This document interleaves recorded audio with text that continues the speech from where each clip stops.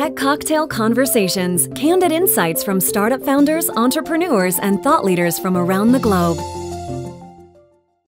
My name's Dave Simnick, and I'm the co-founder and CEO of SoapBox Soaps. And if you would have told me like 2 years ago that I'd be running a soap company, I would have laughed at you.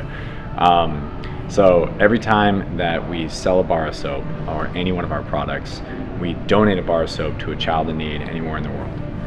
So whether it's across the globe, in any one of the ongoing partnerships, we partner with as big as UNICEF and as small as community groups, or whether it's down the street at the local homeless shelter or food pantry or women and children abuse center, we just try to do as much good that we can in the world. So the reason we started with soap is because there's about 24,000 children under the age of 5 that die every day from preventable disease. And specifically, out of that 24,000 every day, there's 3,000 that die because they don't have access to clean water and soap.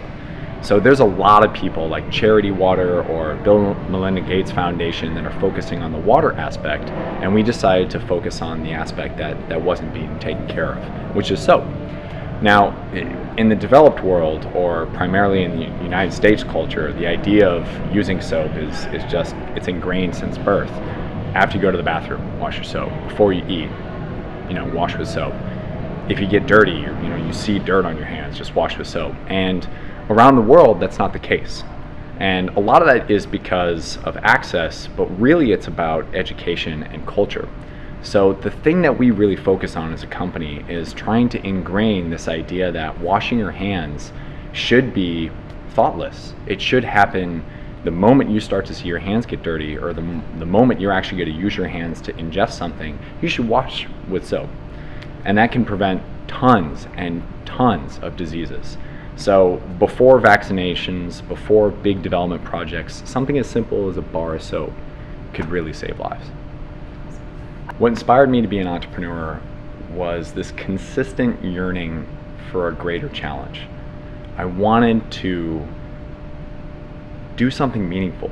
I wanted to do something that was going to every day present me with a new list of things I had no idea how to do, how to tackle, how to work through. I wanted something that was going to get me up early in the morning and have me work late into the evening, that really challenged me, whether it be through leadership or whether it be through making a significant difference to make this world a better place, or whether it just be, how do you convince people to believe in you? Like that's the thing that I just love about entrepreneurship.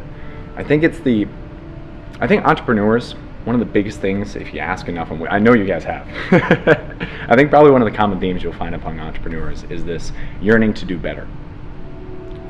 Someone asked me and they said, what is the thing about entrepreneurship that if you really could sum up, just a couple words? I believe in better. I believe that things could be better, and I believe that better people can go around and solve them through better solutions. What I would say to any entrepreneur who's just getting right on the starting blocks and they're trying to figure out, how do I tell my story? How do I share my product with the world? Start with the budget of zero. Everything should cost zero.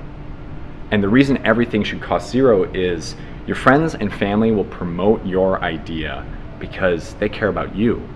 But after that, people need to care about what you're doing. What's your venture? So if you can start with a budget of zero and you can get people to start talking about what you're doing and it has real, meaningful value to their lives, that's the greatest A/B test out there. I mean, if you want to validate your idea, you shouldn't have to have a marketing budget. It should be able to start growing by itself.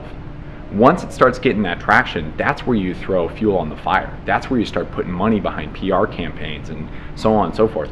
What we did when we were just starting out is we actually stood on the corners of streets, and we had our bars with us, and we just said, hey, every time you buy this, another goes to a kid. You want to hear our story? And half the time people were like, no, I don't care about the Church of Latter-day Saints. Like, no thanks, Mormon. And we were just like, no, we're not trying to, these aren't Bibles. These are actually, and after we started talking to enough people, they started being like, wow, I really love this idea. And that early validation started to show us that if you start with a budget of zero, if you take this idea of, oh God, before you start going out and just spending tens of thousands of dollars, which a lot of people make the mistake of, they think, For me to be professional, for this to be a real company, I need consultants. Consultants look at you and say, here's someone who doesn't know what they're doing, and I'm going to be able to charge them a fortune. And that's where a lot of people's runways get so much shorter, because they're just like, hey, I need these people's expertise in order to be better. You don't have the foundation yet. Build the foundation for free. And then add that fuel to the fire.